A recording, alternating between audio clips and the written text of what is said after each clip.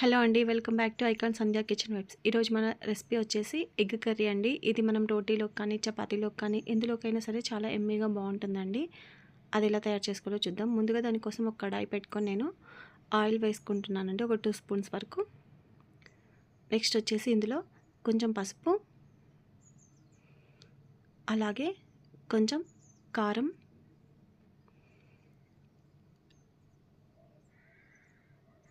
కొంచెం ఉప్పు, ఈ ఆయిల్లో ఇదంతా కొంచెం ఒకసారి బాగా కలుపుకొని ఫ్రై చేసుకోవాలండి. నెక్స్ట్ వచ్చేసి నేను ముందుగా ఎగ్స్ని బాయిల్ చేసి పెట్టుకున్నాను. ఆ ఎగ్ను వచ్చేసి 4 ఘాట్లు పెట్టేసుకొని ఇలా ఆయిల్లో వేసేస్తున్నాను. ఇప్పుడు దీన్నంతా ఒకసారి బాగా కలిపేసి మనం ఈ ఎగ్ని ఫ్రై చేసుకోవాలండి. లో ఫ్లేమ్లో పెట్టేసి చేసుకోవాలి.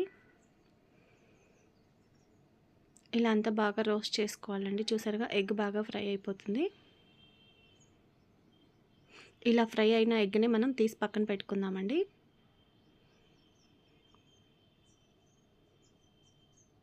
నెక్స్ట్ వచ్చేసి మనము ఇదే కడాయిలో ఆల్రెడీ ఆయిల్ ఉంది కదండి, ఆయిల్ అవసరం లేదు. ఇప్పుడు ఇందులో కొంచెం జీరా, అలాగే కొంచెం కరివేపాకు,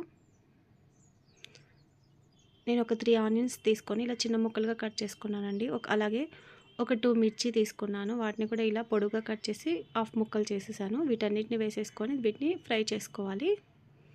ఇది కొంచెం కలర్ చేంజ్ అయ్యే వరకు ఫ్రై అవుతే చాలండి. ఇలా అంతా బాగా కలిపేసి మనము లో ఫ్లేమ్లో పెట్టేసి దీన్ని ఫ్రై చేసుకోవాలండి ఈ ఆనియన్ని. నెక్స్ట్ వచ్చేసి ఇందులో నేను వెల్లుల్లిని చిన్న చిన్న ముక్కలుగా కట్ చేసుకొని ఇలా వేస్తున్నానండి. అలాగే మసాలా దినుసులు అండి, ఇలాచి, లవంగం, చెక్క, అనాస పువ్వు, ఇలా అన్నీ ఒక్కొక్కటి తీసుకొని ఇలా వేస్తున్నాను. ఇది ముందుగానే ఆయిల్లో వేయచ్చు, కానీ అలా కన్నా ఇలా వేస్తే బాగుంటుంది. సో అందుకని నేను ఇప్పుడు వేస్తున్నానండి. వీటన్నిటిని ఒకసారి కలుపుకొని బాగా ఫ్రై చేసుకోవాలి.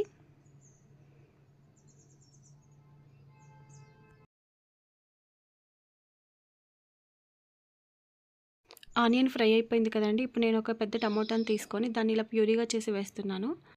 ఇలా వేయడం వల్ల కర్రీ అనేది చాలా గ్రేవీగా ఉంటుందండి, అందుకోసం ఇలా వేసాను. ఇలా అంతా ఒకసారి బాగా కలుపుకోవాలి. ఇది వచ్చేసి పచ్చివాసన పోయే వరకు మనం బాగా ఫ్రై చేసుకోవాలండి. నెక్స్ట్ వచ్చేసి ఇందులో కొంచెం పసుపు, అలాగే రుచికి సరిపడా సాల్ట్, కారం కూడా వేస్తున్నానండి. మీరు ఎంత స్పైసీ కావాలంటే అంత వేసుకోవచ్చు. ఆల్రెడీ మనం ఇందులో నేను మిర్చి కూడా కట్ చేసి వేసాను కనుక నేను కొంచెం వేసాను. నెక్స్ట్ వచ్చేసి ధనియా పౌడర్. ఇప్పుడు వీటన్నిటిని బాగా ఒకసారి కలుపుకోవాలండి, మసాలాలన్నీ కలిసేలాగా.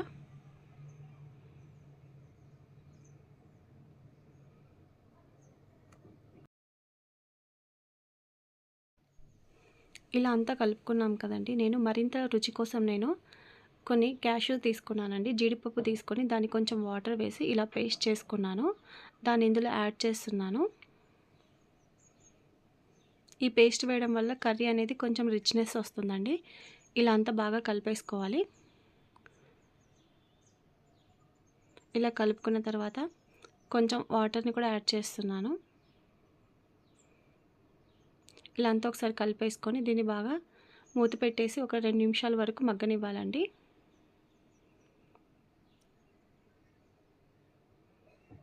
నెక్స్ట్ వచ్చేసి చూద్దాం. చూసారుగా కర్రీ అనేది బాగా ఫ్రై అయిపోయింది.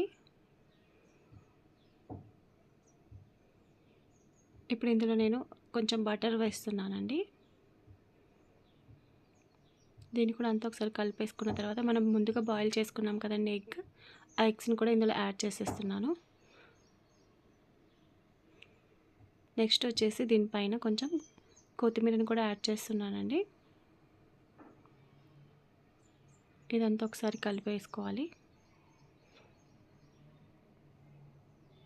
చూసారుగా అండి, మన ఎగ్ గ్రేవీ కర్రీ అయిపోయింది. చూసారుగా అండి, ఇలాంటి ఈజీ కర్రీని మీరు కూడా ట్రై చేయండి. చాలా ఈజీగా ఫాస్ట్గా అయిపోతుంది. ఈ వీడియో మీకు నచ్చినట్లయితే లైక్ చేయండి, షేర్ చేయండి, సబ్స్క్రైబ్ చేసుకోండి. అలాగే పక్కనున్న బెల్ ఐకాన్ని యాక్టివేట్ చేసుకోండి. Thanks for watching.